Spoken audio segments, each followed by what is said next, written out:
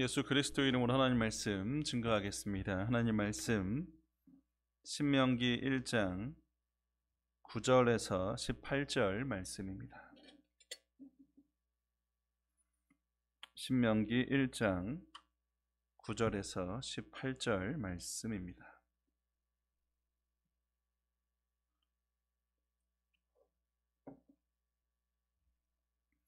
신명기 1장 9절에서 18절 말씀 제가 읽겠습니다. 9절. 그때 내가 너희에게 말하여 이르기를 나는 홀로 너희 짐을 질 수 없도다. 너희 하나님 여호와께서 너희를 번성케 하셨으므로 너희가 오늘날 하늘의 별같이 많거니와 너희 열조의 하나님 여호와께서 너희를 현재보다 1000배나 많게 하시며 너희에게 허락하신 것과 같이 너희에게 복 주시기를 원하노라. 그런즉 나 홀로 어찌 능히 너희의 괴로운 것과 너희의 무거운 짐과 너희의 다툼을 담당할 수 있으랴. 너희의 각 지파에서 지혜와 지식이 있는 유명한 자를 택하라. 내가 그들을 세워 너희 두령을 삼으리라 한즉 너희가 대답하여 이르기를 당신의 말씀대로 하는 것이 좋다 하기에 내가 너희 지파의 두령으로 지혜가 있는 유명한 자들을 취하여 너희의 어른을 삼되 곧 각 지파를 따라 1000부장과 100부장과 50부장과 10부장과 패장을 삼고 내가 그때 너희 재판장들에게 명하여 이르기를 너희가 너희 형제 중에 송사를 들을 때에 양방간에 공정히 판결할 것이며 그들 중에 타국인에게도 그리할 것이라. 재판은 하나님께 속한 것인즉 너희는 재판의 외모를 보지 말고 귀천을 일반으로 듣고 사람의 낯을 두려워 말 것이며 스스로 결단하기 어려운 일이거든 내게로 돌리라. 내가 들으리라 하였고 내가 너희의 행할 모든 일을 그때 너희에게 다 명하였느니라. 아멘. 오늘 말씀의 제목은 결단하기 어려운 일이라는 말씀의 제목입니다. 중국집에 가면 여러분은 뭘 드시고 뭘 주문하십니까? 혹 냉면집에 가면 뭘 또 드시고 주문하고 치킨을 시킬 때 어떤 종류의 치킨을 시키십니까? 중국집 얘기를 다시 돌아가 보면 짜장면이냐 짬뽕이냐 우리는 갈등합니다. 그래서 뭘 먹을까? 중국집을 들어가는 순간부터 고민합니다. 물론 뭘 먹어도 상관은 없어요. 그런데 이 두 개를 놓고 갈등하고 쉽게 결정하지 못하는 것을 보게 됩니다. 그래서 나온 메뉴가 뭐예요? 짬짜면입니다. 반은 짜장면, 반은 짬뽕 딱 이렇게 담겨져 있는 거. 냉면찜도 마찬가지입니다. 냉면집에 들어가는 순간 뭐예요? 비빔냉면이냐 물냉면이냐 고민하고 갈등합니다. 그래서 이걸 아우를 수 있는 게 뭐예요? 역시 냉면집도 반반이 있습니다. 치킨도 마찬가지예요.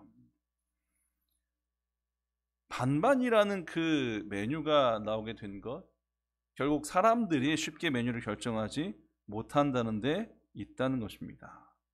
결정을 못한다? 결단이 어려움을 얘기하고 있습니다.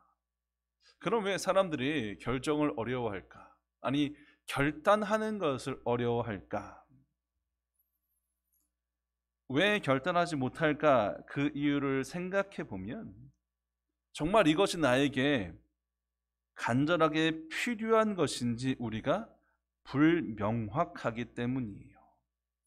내가 정말 필요로 하고 원하는 것이 있다면 그것으로 결정하면 됩니다. 그런데 그렇게 못해요. 앞서 언급한 것처럼 짬뽕이냐 짜장이냐? 만약에 그날 아침을 짬뽕을 먹었습니다. 점심을 짬뽕을 먹었어요. 그러면 저녁은 뭘 먹어야 될까요? 물론 또 짬뽕을 선택할 수 있습니다. 하지만 이미 짬뽕을 먹어왔기 때문에 저녁은 당연히 짜장면을 시키는 확률이 높다는 거예요. 명확해지면 갈등할 이유가 없습니다. 또 확신이 있으면 갈등할 필요가 없어요. 정말 지금 내가 선택한 것이 나에게 가장 좋은 결과를 가져다 줄 거야? 나를 가장 만족시키는 것일 거야. 여러분, 그게 확신이 들면 갈등할 필요가 없습니다. 지금 나는 짜장면이 확실해. 나는 이건 먹으러 여기 온 거야. 여러분, 이 확신만 있으면 갈등을 아무리 옆에서 해도 그 사람은 뭡니까? 짜장면이에요. 옛말에 남의 떡이 커 보인다라는 말이 있습니다. 분명히 많은 떡 조각 중에 내가 제일 큰 것을 확신해서 선택했습니다. 그런데 아니, 어떻게 남의 떡이 커 보일까요? 내 것이 정말 큰 것인지 확신하지 못하니까 뭐예요? 남의 떡이 커 보이는 거예요. 이처럼 사람들이 갈등하고 결단하지 못하는 이유는 원하는 것이 불명확할 때, 또 내가 결단한 것이 확신이 들지 않을 때. 그러면 이와 같은 갈등의 원인의 근본적인 이유는 뭘까요? 근본적인 이유는 욕심에 있습니다. 이 욕심이 다른 사람들보다 내가 더 가져야 되고요, 내가 더 만족해야 되고요, 내가 더 큰 것을 가져야 되는 것. 그래서 항상 시선이 어디에 향해 있습니까? 다른 사람들을 향해 있습니다. 누가 나보다 더 좋은 것을 가지고 있는지, 누가 나보다 더 큰 것을 가지고 있는지, 누가 나보다 더 좋은 것으로 만족하고 기뻐하고 있는지. 우리 아이들을 보면 장난감을 가지고 놀다가 하나를 양보했습니다. 그리고 열심히 장난감을 갖고 놀아요. 근데 양보한 게 더 재밌어 보이고요, 저거랑 놀면 더 내가 즐거울 것 같은 순간이 생기게 됩니다. 그러면 어떻게 할까요? 아이들은 이제 머리를 막 사용하기 시작합니다. 그래서 어떻게 하면 저 장난감을 다시 나에게 가져올까? 야, 그 장난감 내 것과 보기에는 그거 별 재미가 없어. 봐봐, 내 것 봐. 관절도 움직이고 소리도 나고 혼자 막 돌아다니기도 하고 반응도 보여주고, 야, 그것보다 훨씬 좋아. 우리 바꿀까? 속내는 이것을 원하면서 자꾸 뭐예요? 다른 걸 얘기하면서 그것을 얻으려고 한다는 것입니다. 욕심이잖아요, 욕심. 어떻게 해서든 가지려고 한다는 거예요. 그래서 우리가 갈등을 내려놓기 위해서 필요한 것이 있다면 욕심을 버리는 것입니다. 욕심을 버리고 지금 있는 것에, 아니 모든 것에 만족하며 살아가면, 그 만족을 통해 감사하며 살아가면 우리는 어떤 것을 선택해도 만족스럽습니다. 어떤 것을 선택할까 갈등할 필요가 없어요. 왜냐하면 어떤 걸 선택해도 내게 만족을 주거든요. 내가 그것으로 감사할 수 있거든요. 갈등하고 결단하지 못할 일이 없어진다는 거예요. 왜? 결과는 같으니까. 또 갈등하지 않기 위한 또 다른 방법이 있습니다. 그건 욕심의 방향을 바꾸는 거예요. 욕심의 방향을 바꾼다. 우리가 육신의 만족을 위해서 욕심을 내고 있다면 그 욕심의 방향을 영혼의 만족으로 바꾸어 보는 거예요.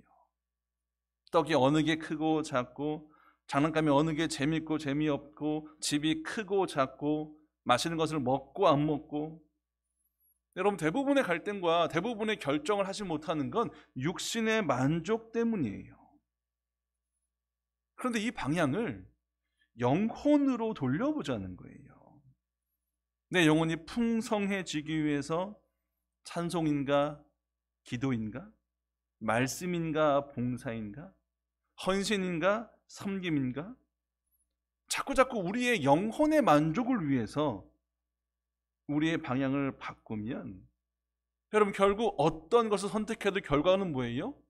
우리 영혼의 만족입니다. 하나님이 기뻐하시는 그 일을 하게 되는 거예요. 어떤 거든지 결론은 그렇게 되어줄 수밖에 없다라는 것입니다. 그래서 욕심의 방향을 자꾸 육신에만 두지 말고 영혼으로 돌려보자는 거예요. 그럼 모든 것이 감사할 겁니다. 더 이상의 갈등은 없어질 거예요. 그런데 문제가 있죠. 문제는 뭐예요? 우리의 욕심의 방향은 자꾸 어디로 간다는 것입니까? 육신으로 향한다는 거예요. 그래서 무엇으로 갈등해요? 드라마나 예능이냐 아니면 설교냐? 노래 따라 부르는 거냐 아니면 암송이냐? 내가 자꾸 갖고 내 것으로 만드는 거냐 아니면 나눠주는 거냐? 나 혼자 먹는 거냐 같이 먹느냐? 욕심 부르느냐 양보하느냐? 여러분, 우리가 이런 갈등 속에 자꾸 어떻습니까? 어려운 결과들로서 우리가 선택하고 나아가더라는 거예요. 바울의 고백은 뭡니까? 로마서 7장 24절 25절 말씀 보시면, 로마서 7장 24절 25절입니다. 오호라, 나는 곤고한 사람이로다. 이 사망의 몸에서 누가 나를 건져내리랴? 우리 주 예수 그리스도로 말미암아 하나님께 감사하리로다. 그런즉 내 자신이 마음으로는 하나님의 법을, 육신으로는 죄의 법을 섬기노라. 나는 참 비참한 사람이야. 바울의 고백이에요. 왜? 자꾸 갈등하고 있다는 거예요. 육신과 영혼의 이 문제에 있어서. 그럼 우리가 이와 같은 문제를 어떻게 해결해 갈까? 오늘 본문 말씀을 보시면 재판에 대한 말씀을 우리에게 들려주시고 있습니다. 신명기 1장 9절부터 11절 말씀 보시면,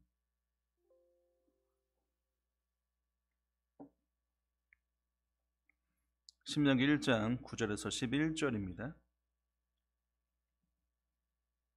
9절.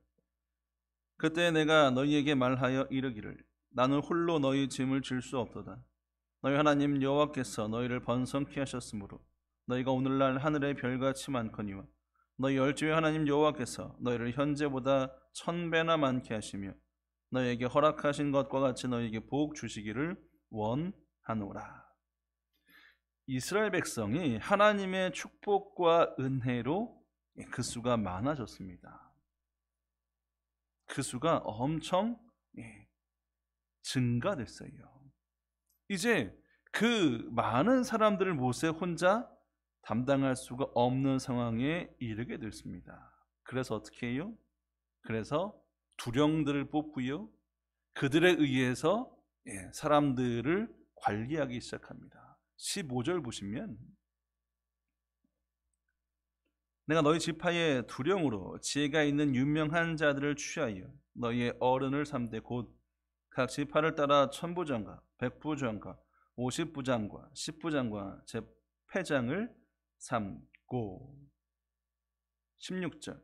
내가 그때 너희 재판장들에게 명하여 이르기를, 천부장, 백부장, 50부장, 10부장, 패장, 그들을 뽑습니다. 그리고 그들에 의해서 백성들을 이제 관리하기 시작합니다.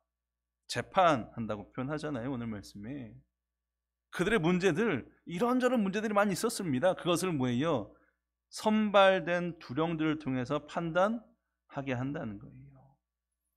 그런데 그 판단하는 것에 있어서 문제가 있었습니까? 없었습니까? 문제가 있었습니다. 어렵더라는 거예요. 분명히 판단은 공정하게 이루어져야 합니다. 16절 다시 보시면,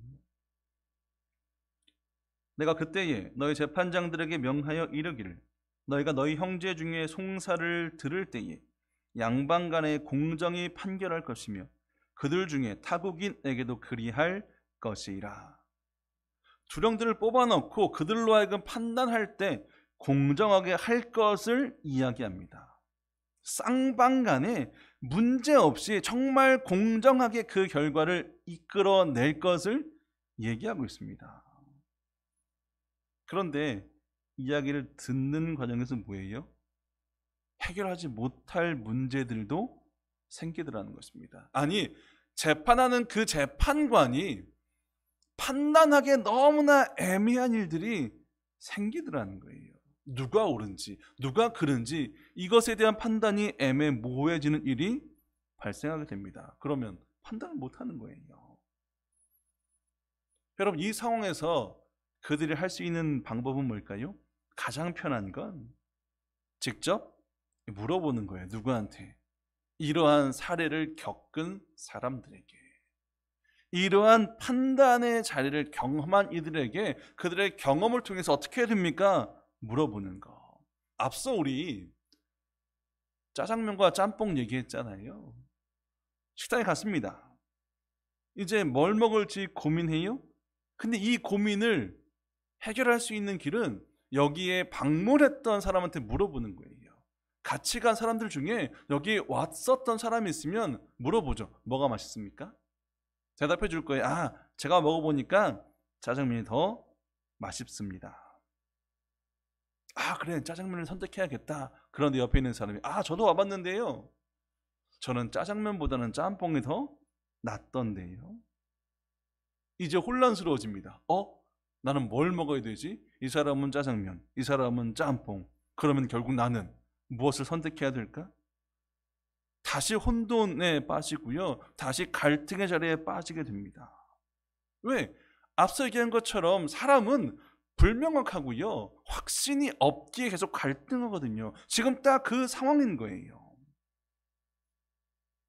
일반적으로 사람들이 선택하는, 결단이 어려울 때 선택하는 방법이 이와 같다는 거예요. 연륜이 많거나 경험이 있거나 이런 상황들을 이미 많이 겪어본 사람들, 그들에게 조언을 구하고 이 조언을 통해서 그래, 이렇게 결정해야지 문제 해결하려고 합니다. 그런데 그것이 정말 정답일까요? 그렇지 않다는 거예요. 그들에게 물어도 답은 다 다를 수 있습니다. 왜 그래요? 그들의 기준이 다르기 때문에. 그들이 그렇게 말하는 대답의 기준이 지극히 주관적이기 때문에 그 주관을 가지고 이야기한 것 가지고 판단할 수 있다 없다? 없다라는 거예요. 앞서 말한 것처럼, 야, 내가 먹어보니까 짜장면이 제일 맛있어. 아니야, 내가 먹어보니까 짬뽕이 제일 맛있어. 지극히 자기 주관적인 판단에 의한 결정을 들려주고 있습니다. 그걸로 어떻게 공정한 판결을 할 수 있냐라는 거예요. 신신당부한 게 뭐예요? 너희는 양방 간의 공정히 판결하라는 거예요. 조언을 듣는 사람들의 주관이 들어가는 순간 이건 공정해질 수 있다 없다? 없다는 것입니다. 조금 더 들어가 보면 이 공정한 판결이 이루어지지 못하고 있는, 문제가 되는 이유들이 또 언급이 돼요. 자, 먼저 17절 말씀 보시면,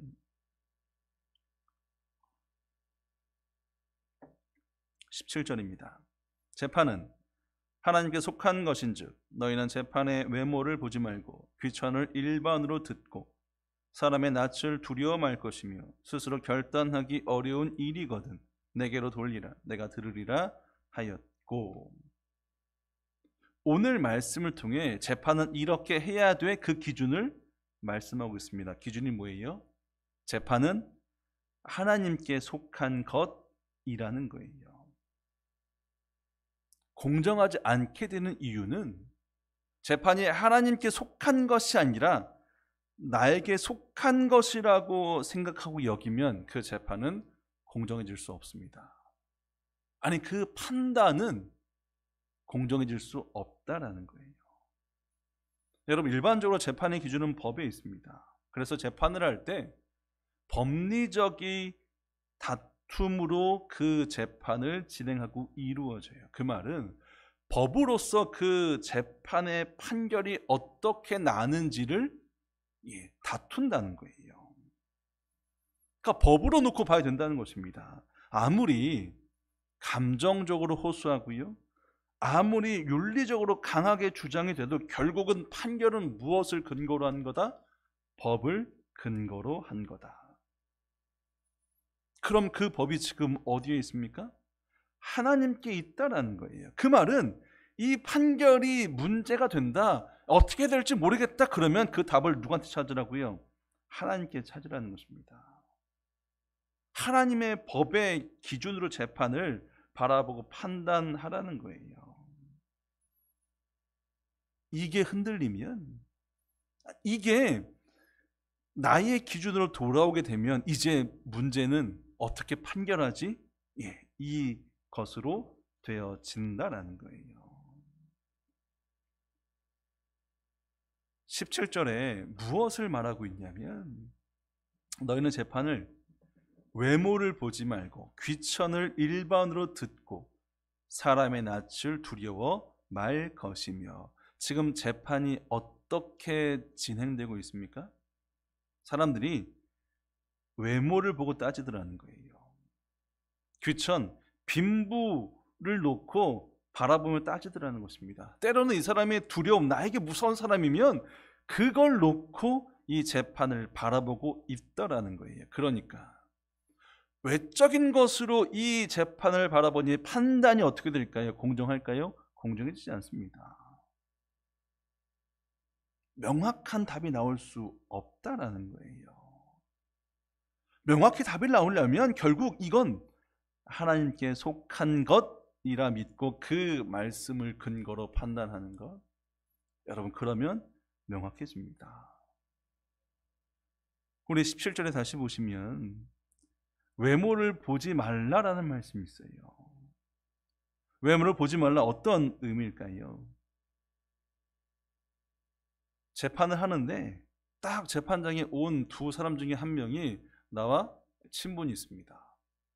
친척이 되거나 때로는 형제나 혈육이나 내가 신세를 졌던 사람이라든지 뭔가 나와 밀접히 연계된 사람이면 이 판단이 어떻게 될까요? 기울어질 겁니다. 왜? 내 주관적인 판단 자체가 그렇게 그 방향으로 흘러가고 있기 때문에. 여러분, 이 말을 오늘 우리에게 적용해 본다면, 우리가 어떠한 문제를 선택하고 판단할 때 때로는 그 판단의 자리에서 나한테 정말 달콤한 말을 해주는 사람도 있어요. 그 사람의 말을 듣는 순간 뭐예요? 아, 그래, 저 사람 나에게 이런 말들로 위로해줬고 또 이런 말들로 내 지금까지의 길을 이렇게 했으니 그래, 나는 그 사람 말을 따라가리라. 그런데 반대 측면에서 책망하는 소리가 들립니다. 나무라는 소리가 들려요. 우리는 일반적으로 나를 책망하고 나무라는 그 소리에는 잘 귀를 기울이지 않으려고 해요. 그런데 여러분, 하나님 때는 우리에게 뭐라고 말씀하세요? 우리를 책망하시고 나무라세요. 그 길이 아닌 것을 말씀하실 때 단호하게 그와 같은 말씀을 주신다는 겁니다. 그럼 어떻게 되냐는 거예요. 내가 달콤하게 들린 그 말을 따라서, 아니면 하나님의 책망 그 말씀을 따라서, 이게 갈등의 자리예요. 그러면 자꾸자꾸 내 마음이 어디를 향하게 될까요? 달콤한 쪽으로 흐르겠죠. 그럼 그 결정이 공정하게 이루어질까요? 하나님의 말씀의 기준인 정의로 그 판단의 결과가 나타날까요? 그렇지 않더라는 거예요. 그 다음 말씀 뭡니까? 귀천을 일반으로 듣고. 여러분, 이건 귀하고 높은 지위에 있는 사람, 힘이 있는 사람, 재물이 있는 사람, 그들의 말을 듣는 순간 그들의 말에 영향력을 받아서 뭐예요? 그 재판이 공정하게 이루어지지 않더라는 거예요. 우리 세상에서도 뭘 얘기합니까? 유전, 무죄, 무전, 유죄. 재벌들, 고위 계층에 있는 사람들, 일반적으로 판결 내려지는 걸 보면 어때요? 일반 사람들이 받는 판결의 결과와 조금 다른 것을 볼 수 있습니다. 아마 생각엔 그럴 것 같아요. 지금 당장 이 판결함에 있어서 내가 이쪽 귀하고 높은 주 있는 사람들 이들의 편에 서주면 나중에 나에게 어떠한 도움이 있지 않을까. 결국 이 말은 우리의 판단의 기준이 경제 논리로 되어져서는 안 된다는 거예요. 신앙에 있어서 우리의 믿음의 생활에 있어서 어떠한 상황과 환경들을 자꾸 경제 논리로 보기 시작하면 우리의 판단은 어디로 흘러갈까요? 하나님 말씀 그 법을 따른 판단이 될까요? 아니면 이 경제 논리를 따른 판단이 되어질까요? 글로 흘러간다는 거예요. 그럼 정의대로 공정하게 그 결과가 나타날 수 없다는 것입니다. 이 땅은, 지금 세상은 경제 논리로 사실은 돌아가고 있잖아요. 돈이 있는 곳에 사람이 있고요. 돈을 위한 것처럼 사람들이 몰리고요. 또 그것을 추구하고요. 어떻게 더 많은 것을 경제적으로 누릴까? 여기에 초점이 맞춰져 있으니 다 거기를 가지고 뭐예요? 모든 판단의 기준을 삼더라는 거예요. 근데 하나님 뭐라고 말씀하세요? 그렇게 한방향을 쏠리면 공정한 판단 결과가 나올 수 없다라는 거예요. 세 번째 뭐였습니까? 마지막 말씀 뭐예요? 사람의 낯을 두려워 말라라고 17절에 말씀합니다. 나보다 힘이 강하고 세고 우월한, 혹은 나의 삶을 좌지우지할 법한 지위와 권력에 있는 사람. 여러분, 그 사람이 재판장에 나왔습니다. 그러면 재판하는 사람이 뭐예요? 눈치를 본다 안 본다? 눈치를 보더라는 거예요. 여러분, 믿음 안에서 신앙생활 할 때 때로는 하나님보다 세상이 커 보일 때가 있습니다. 아니, 하나님보다 세상이 더 두려워 보일 때가 있어요. 왜? 현실적으로 우리가 살아가고 있는 세상이 더 우리와 밀접하거든요. 그러니 당장 그 세상이 요구하는 것과 그 세상이 더 크고 두려워 보여서 세상을 선택하는 그 마음이 더 우리 마음에 일어나더라는 거예요. 여러분, 그 마음이 있는데 어찌 그 재판과 판단이 공정하게 이루어질 수 있냐라는 것입니다. 오늘 말씀은 이 세 가지를 언급하면서 처음에 뭘 말씀했습니까? 재판은 하나님께 속한 것이라는 거예요. 재판의 기준, 우리의 선택, 판단의 기준은 하나님께 두지 않으면 자꾸 우리는 뭘 본다고요? 사람의 외모, 귀천, 사람의 두려움, 자꾸 그리로 쏠려가면 갈수록 우리의 판단은 계속 육적인, 세상적으로 이루어질 수밖에 없다는 것. 외모를 보는 이 세상,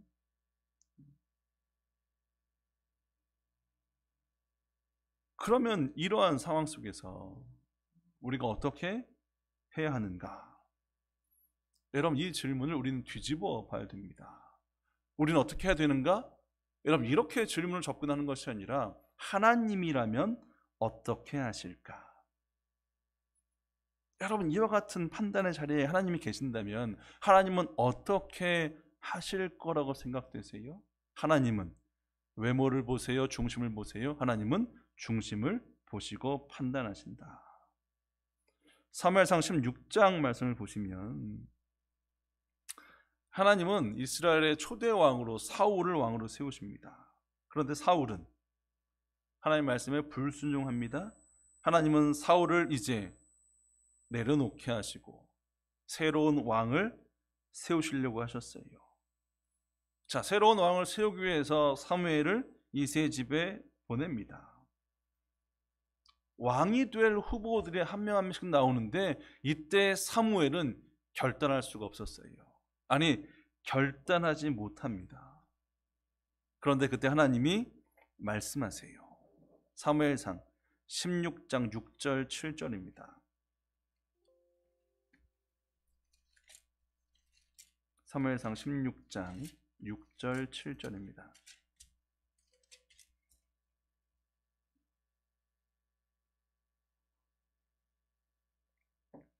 그들이 오매 사무엘이 엘리압을 보고 마음에 이르기를 여호와의 기름 부으실 자가 과연 그 앞에 있도다 하였더니 여호와께서 사무엘에게 이르시되 그 용모와 신장을 보지 말라. 내가 이미 그를 버렸노라. 나의 보는 것은 사람과 같지 아니하니 사람은 외모를 보거니와 나 여호와는 중심을 보느니라. 오늘 사무엘이 왜 결단할 수 없습니까? 이미 엘리압을 보는 순간 그 마음에 흡족했어요. 그 말은 엘리압의 외모에 사무엘의 마음이 빼앗겼다는 것입니다. 엘리압의 외모가 이미 왕이 될 만한 외모, 그 출중함을 가지고 있었다는 거예요. 어떻게 그걸 판단할 수 있을까? 당시의 초대 왕이 누구였습니까? 사울 왕. 여러분, 사울 왕의 초대 왕이라는 것은 이미 왕의 기준은 누구로 한정되어 있는 거예요? 사울로 되어져 있는 거예요. 사울이 앞으로 세워질 그 왕들의 기준을 이미 보여주고 있습니다. 외형적으로 그 부분을 나타내고 있어요. 사울의 모습이 어때요? 사울 왕의 모습이 어떻습니까? 사무엘상 9장 2절 보시면, 사무엘상 9장 2절입니다.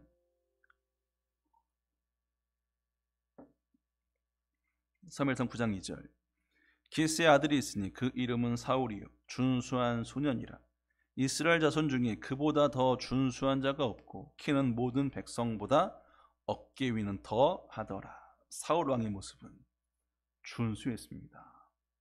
너무나 멋졌어요. 그런데 이 멋짐이, 이 준수함이 이스라엘 자손 중 어느 누구보다 더 뛰어난 모습을 가지고 있었다는 거예요. 심지어 키는 일반 백성들보다 어깨 위는 더했대요. 이게 초대왕 사울의 모습이었습니다. 결국 왕의 기준은 이제 사울이 되어버리는 거예요. 그러니 사무엘의 입장에서 엘리압을 딱 보는 순간 뭐예요? 오, 사울보다 훨씬 더 낫다. 그러니 흡족해합니다. 아, 이 엘리압이 왕으로 세워질 만한 인물이구나. 지금 사무엘 이 외형적인 것에 갇혀서 왕이구나 라고 판단하고 있더라는 거예요. 근데 그때 하나님 말씀이 뭐예요? 하나님은 외모? 야, 그거 볼 거 아니야. 하나님 어디 보신다고요? 중심을 보신대요. 중심을 보시는 하나님, 그것이 하나님의 기준입니다. 그리고 그 기준에 합당한 자가 누구였습니까? 다윗이었어요. 다윗은 막내예요. 외형적으로 다윗이 엘리압 형과 대놓고 봤을 때 왕으로서의 기준이 됐을까요? 안 됐을 겁니다. 그런데 하나님은 그 중심을 보시고 다윗을 선택하신다는 거예요. 하나님은 왜 그러면 중심을 보실까? 신명기 1장 18절 본문 돌아가시면,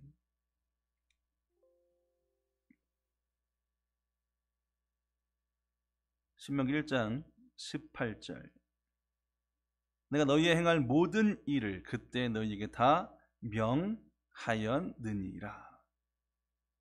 하나님의 말씀이 뭐예요? 이미 너희가 행할 것들에 대해서 다 말씀해 주셨다는 거예요. 모든 일에 대해서 다 이미 명령해 주셨다는 것입니다. 출애굽기 24장 3절 보시면, 출애굽기 24장 3절입니다.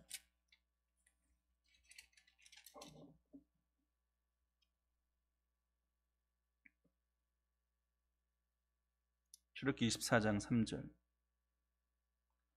모세가 와서 여호와의 모든 말씀과 그 모든 율례를 백성에게 고하매 그들이 한 소리로 응답하여 가로되 여호와의 명하신 모든 말씀을 우리가 준행하리이다. 하나님이 이스라엘 백성에게 이미 그들의 행할 모든 기준을 주셨습니다. 말씀과 규례를 주셨어요. 그들이 판단할 그 판단 기준을 이미 말씀해 주셨다는 거예요. 그리고 백성들의 반응은 저희가 다 준행하겠습니다. 받은 거예요. 네, 받았으니까요. 제가 그것 지키며 살아가겠습니다. 입으로만 하겠습니다, 이 고백이 아니라 뭐예요? 그들의 중심으로 응답한 거예요. 이제 그들에게 남겨진 건 뭡니까? 그 중심에 하나님이 주신 그 말씀을 가지고 살아가는 것. 여러분, 그렇게 판단하며 살아가게 이미 기준을 주신 분이 하나님이에요. 그러니까 하나님께서 뭘 보시겠다는 거예요? 중심을 보시겠다는 거예요. 왜? 중심에 그 기준을 두셨으니까 그 중심을 가지고 판단하고 결정하는 그 삶을 살아가면 되는 것을 이미 그들이 고백했고요.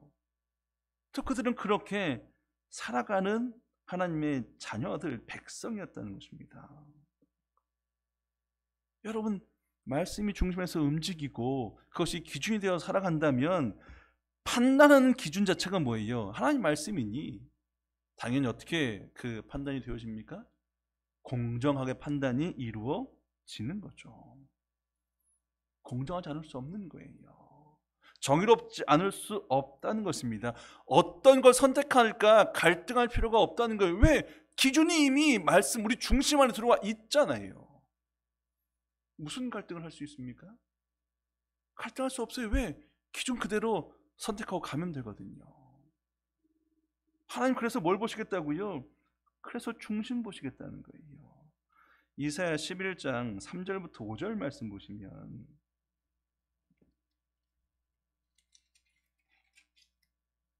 이사야 11장 3절부터 5절입니다.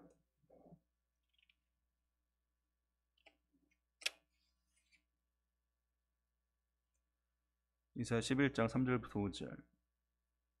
그가 여호와를 경외함으로 즐거움을 삼을 것이며 그 눈에 보이는 대로 심판치 아니하며 귀에 들리는 대로 판단치 아니하며 공의로 핍핍한 자를 심판하며 정직으로 세상의 겸손한 자를 판단할 것이며 그 입에 막대기로 세상을 치며 입술의 기운으로 악인을 죽일 것이며 공의로 그 허리띠를 삼으며 성실로 몸에 띠를 삼으리라.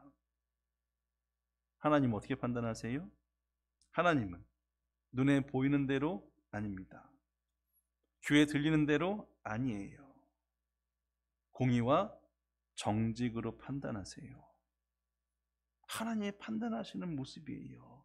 결국 이 말씀은 우리가 판단을 하는 기준을 어떻게 하라고요? 하나님으로 두라는 거예요. 그래서 눈에 보이는 대로, 귀에 들리는 대로, 세상이 움직이는 대로, 세상이 선택하는 것처럼 여러분 그렇게 판단하지 말고 하나님이 하신 것처럼 공의와 정직으로 하나님의 말씀을 내 중심에 두신 그 하나님의 공의와 정직으로 판단하고 선택하고 결단한다면 우리가 결단을 놓고 갈등하는 일은 없어질 것입니다. 내 주관적인 판단으로 결정하려고 하니 자꾸 갈등이 되고요. 뭘 선택할까 망설여지고요.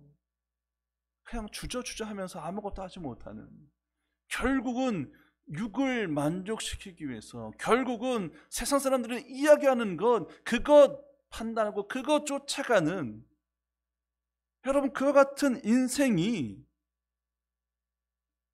하나님께서 우리에게 말씀하신 인생은 아니라는 거예요. 재판은 하나님께 속한 것. 물론 정말 판단이 어려운 순간이 있겠죠. 정말 어떤 것을 결정해야 될까 어려운 부분이 있을 때가 있어요. 그런데 오늘 하나님은 뭐라고 말씀하세요? 하나님 그럴 때 어떻게 하라고 말씀하고 있습니까? 다시 신명기 1장 17절 돌아가시면 신명기 1장 17절입니다.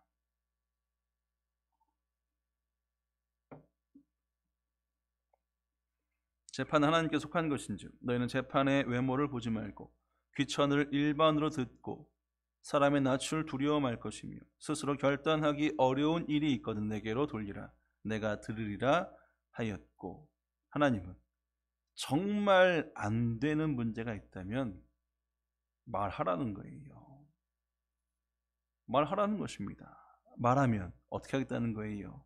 18절. 내가 너희의 행한 모든 일을 그때 너희에게 다 명하였느니라. 말하면 하나님 말씀해 주신다는 거예요. 말씀해 주신 거 너희가 잊어버렸다면 그거 깨우쳐 주시겠다는 것입니다. 왜? 이미 다 말씀해 주셨으니까. 말씀을 통해 그 기준을 알려주셨으니까 그것이 생각나지 않아서 선택하지 못해서 갈등하고 있을 때 다시 우리에게 깨우쳐 주시고요. 다시 중심에서 일으켜 주셔서 그 문제의 판단을 하나님 기준으로 할 수 있게 해주신다는 거예요. 여러분 예레미야 33장 3절에 정말 우리가 잘 알고 있는 말씀이 있잖아요. 너는 내게 부르짖으라 그럼 내가 내게 응답하겠고 네가 알지 못한 것까지도 내가 보여주겠다고 말씀해요. 여러분 2022년이 시작됐습니다. 올해도 우리의 인생, 우리의 삶 가운데는 우리가 선택해야 되는 자리가 계속 이어지고 있습니다.